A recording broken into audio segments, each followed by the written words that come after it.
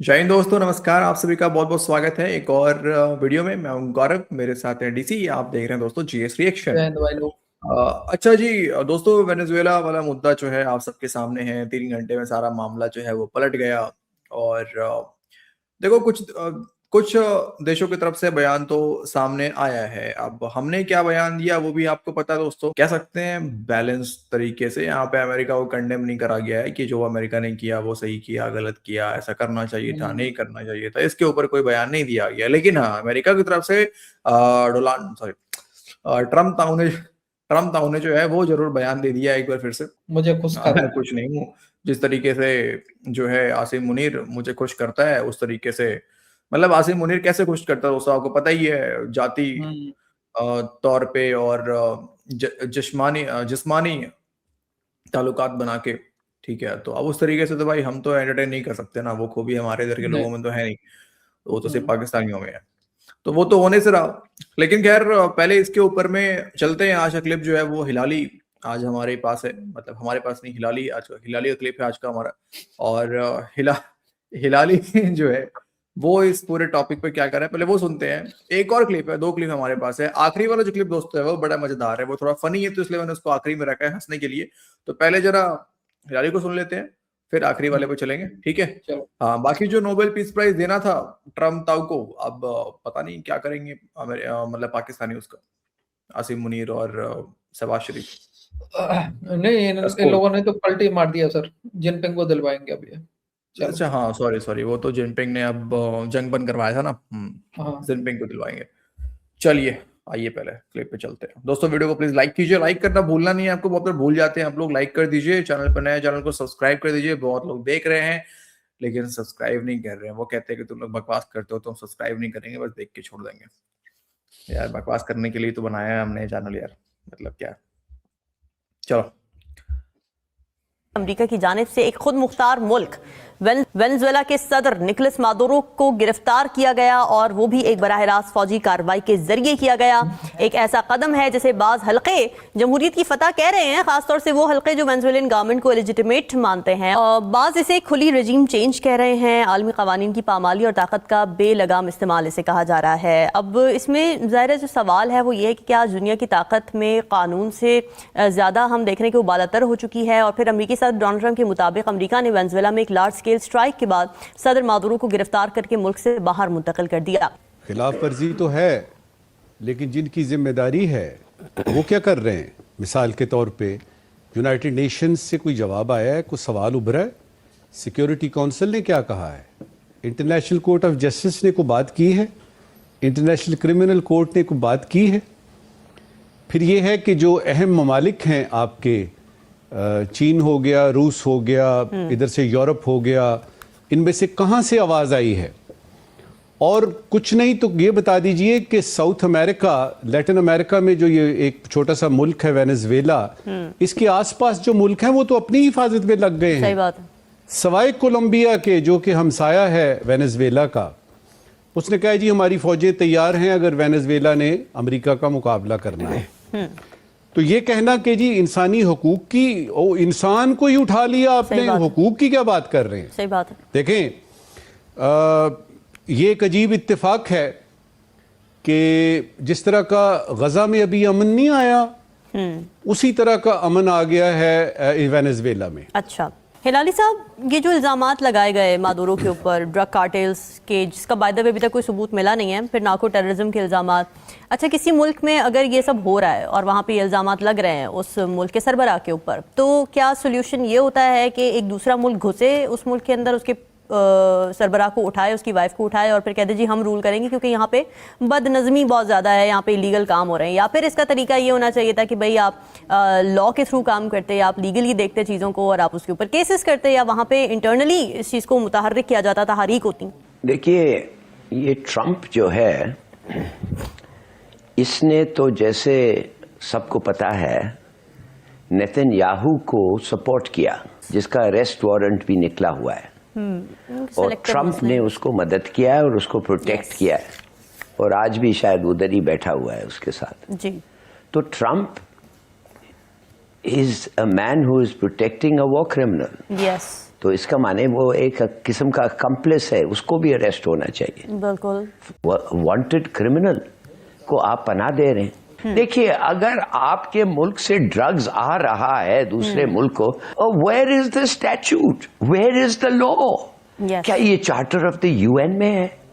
Charter of the UN में आप किसके under what you are doing this under self defence? आप कह रहे हैं कि फेंटेनिल इतना आ गया है कि हजारों अमेरिकन मर रहे हैं। एक्चुअली वो उधर से नहीं आया है, ये दूसरे मुल्कों से आया है। ज्यादातर फेंटेनिल जो वेनेजुएला का है वो यूरोप जाता था। मगर the point to be made is regulatory आप करें ना उसको चीजें। हाँ, तो ये किस बेसिस पे उसको जाके उन्होंने एक मुल्क को इन्वेड किया है? आपको पता है नोरिएगा, जब नोरिएगा और इसमें क्या फर्क है? नोरिएगा प्रेसिडेंट नहीं था पानामा में, नोरिएगा एक मिलिट्री डिक्टेटर थे। हालांकि वो मिलिट्री डिक्टेटर था, he had more power than the sitting president of Panama. वो उनका एक रिवाज था। यूएन ने, पूरा यूनाइटेड नेशंस ने कंडेम किया है उसका अरेस्ट जब उन्होंने किया था। कहा था it's a flagrant violation of the charter of the UN. इसलिए कि एक ही चीज है जिसके बेसिस पे आप इनको पकड़ सकते हैं, and that is self defence. और self defence under article 51 must have physical action. आप पे अटैक होना है। It is not necessary to say कि उधर से कीड़े आ गए। आप पे फिजिकल मिलिट्री अटैक होना है, and it is on that basis that you can defend yourself. इन्होंने को कुछ नहीं किया। ये तो बिल्कुल ही एब्सोल्युटली। और ये तेल को एडमिनिस्टर करना, दैट्स लूटिंग। ये खुद कह रहा है हम उनको देंगे जो नेशनलाइजेशन से, आई मीन यू एक मुल्क की नेशनलाइज किया है अपनी ऑयल इंडस्ट्री को, आप कह रहे हैं दैट्स थेफ्ट। अच्छा, अगर भी थेफ्ट है नहीं, मगर अगर भी है, under what law are you going to pick them up? तो ये तो देयर इज नो डिफेंस। तो किस बेसिस पे आपने किया? ठीक है, दिस इज लूट। ये पैसे लूट रहे हैं वेनेजुएला के। और क्यों? इसलिए वेनेजुएला के पास सऊदी से ज्यादा तेल है। तेल के मामले में तो बात है भाई, तेल के मामले में वेनेजुएला सबको पता है। नहीं यार, दुनिया में सबसे ज्यादा तेल तो पाकिस्तान में निकला है। अरे पाकिस्तानी बोल रहे थे यार। ये अलग बात है। कब्जा तो मेरे हिसाब से वैसे तो कर ही रहा है ना अमेरिका, तो ये पाकिस्तानी बोल रहे थे अमेरिका को देंगे हम तो। अलग बात है डीसी की, वो लिस्ट में नाम नहीं आता है इनका। बट हाँ, ये बात बिल्कुल सही है कि सबसे ज्यादा तेल तो पाकिस्तान के पास ही है। सबसे ज्यादा खजाना भी पाकिस्तान के पास है। वो रेयर अर्थ मिनरल्स हो, मतलब रेयर अर्थ मेटल्स हो, चाहे कुछ भी हो, इन मामले में तो पाकिस्तान आगे है।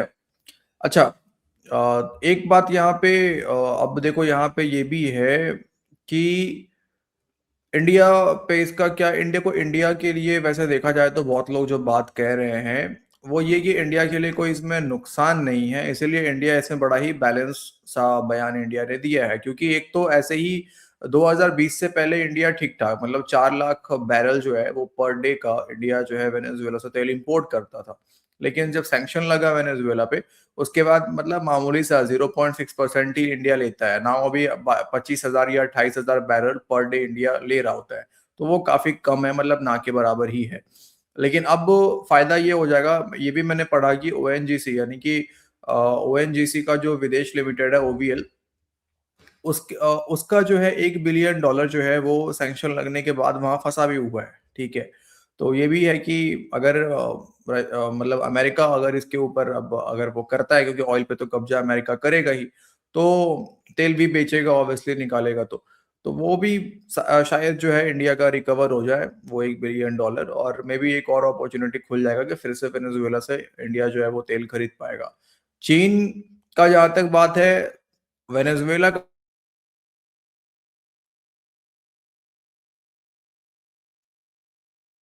6% ही है। ठीक है, तो चीन भी अपना डाइवर्ट कर सकता है। तो मामला यहाँ पे ये सब नहीं है। प्रॉब्लम बस ये है कि चीन का भी इन्वेस्टमेंट था वहां पे, $4-5 बिलियन चीन ने भी इन्वेस्ट करा हुआ था। ठीक है, ये एक अलग बात है। लेकिन डीसी ये सब तो अलग चीज है और इसके ऊपर भाई लोग कमेंट करेंगे, लेकिन कॉमेडी वाली बात पता है पाकिस्तानी क्या कर रहे हैं? वो अभी आप सुनो, हम्म। अभी आपको सुन के मजा आएगा। बैंकर कॉमेडी चल रही है, जमूरे को लेके आता हूँ। यानी अब भारत की बारी, और वेनेजुएला के बाद भारत, यानी अब भारत की बारी आने वाली है। और इसका तज़किरा कर दिया डोनाल्ड ट्रंप ने जब वो फ्लोरिडा से अपने एयरफोर्स वन, उनके जहाज़ का नाम है, उसमें फ्लाई कर रहे थे, तो उन्होंने अपने साथ चंद सहाफ़ियों को भी मौजूद रखा हुआ था, जो रिकॉर्डिंग भी कर रहे थे और सवालात भी कर रहे थे। इन सवालात में बहुत सारे अहम नुकात थे, जिनमें उन्होंने वेनेजुएला के बारे में भी बताया, इससे अगले ऑपरेशन के बारे में भी जिक्र किया, जिसमें कोलंबिया का ऑपरेशन शामिल है, क्यूबा का ऑपरेशन शामिल है और भारत के खिलाफ ऑपरेशन शामिल है। यानी राष्ट्रपति भवन, जो कि वजीर आजम की रहायशगाह है, भारतीय वजीर आजम नरेंद्र मोदी की रहायशगाह, पर भी अमेरिकन हेलीकॉप्टर से मरीन उतरकर नरेंद्र मोदी को उठाकर, क्योंकि उनकी जो शादी है डिक्लेयर्ड नहीं है, शादी इनकी थी पुरानी, छोड़ चुके हैं, अब वो अकेले रहते हैं, उस अकेले बाबे को उठाकर भी अमेरिका ले जाया जा सकता है। उसका इशारा इस गुफ्तगू में मौजूद है। अबे यार ये साला पाकिस्तानी सच में बिना कॉमेडी के इनका मन नहीं मानता। मतलब समझ रहे हो, राष्ट्रपति भवन पे मोदी जी रहते हैं, राष्ट्रपति भवन में, अब फिर पता नहीं लोक कल्याण मार्ग में कौन रहता है भाई, पता नहीं वहां पे कौन रह रहा है फिर, सीएम। राष्ट्रपति फिर कहाँ रह रही है हमारी? सीएम वहां पे सीएम रह रही है दिल्ली की।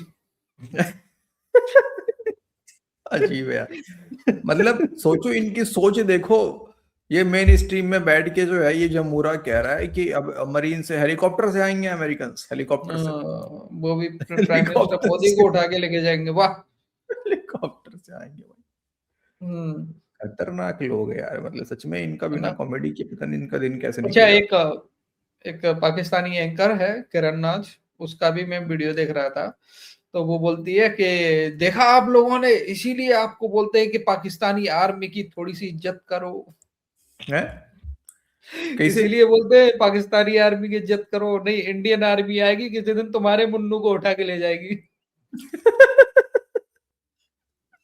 भाई साहब इस समय पाकिस्तानियों की फटी हुई है, सही में फटी हुई है। फटी तो हुई ये है। ट्रंप ने ये सब करके ना इंडिया को थोड़ा सा रास्ता और दे दिया है। हाँ इंडिया बिल्कुल, किसी कि दिन ये आएगा, भी, घुसेगा, मुन्नू को उठा के लेके जाएगा। हाँ कि ये भी काम कर सकते हैं, जब तुम हाँ। ड्रग्स ट्रैफिकिंग के नाम पे तुम हाँ। उसके भाई उसको उठा के लेकर आ गए मदुरो को, तो भाई साहब यहाँ तो आतंकवाद का पूरा मामला है पूरा, ठीक है, तो यहाँ तो और ऑप्शन ड्रग्स है का उठाने भी है, आतंकवाद का भी है, दोनों मामले हैं। हाँ दोनों यहाँ है, ड्रग्स का भी हाँ। मामला है, वहां से ड्रग्स की भी तस्करी हो रही है, आतंकवाद का तो मामला है ही भाई। तो फिर अच्छा ऑप्शन दे दिया है वैसे ट्रम्प था उन्हें यहाँ पे, तो ठीक है मामला। फटी हुई है, सही बात है। कह रहा सब फटा हुआ क्लिप भी दोस्तों लेकर आएंगे आपके लिए, मतलब पाकिस्तानियों की फटी वाली क्लिप। ठीक है, आज की इस वीडियो में इतना ही, मिलते हैं आपसे अगले वीडियो में दोस्तों। वीडियो को अंत तक देखने के लिए आप सभी का बहुत बहुत धन्यवाद दोस्तों। जय हिंद, अपना ख्याल रखें। जय हिंद भाई लोग।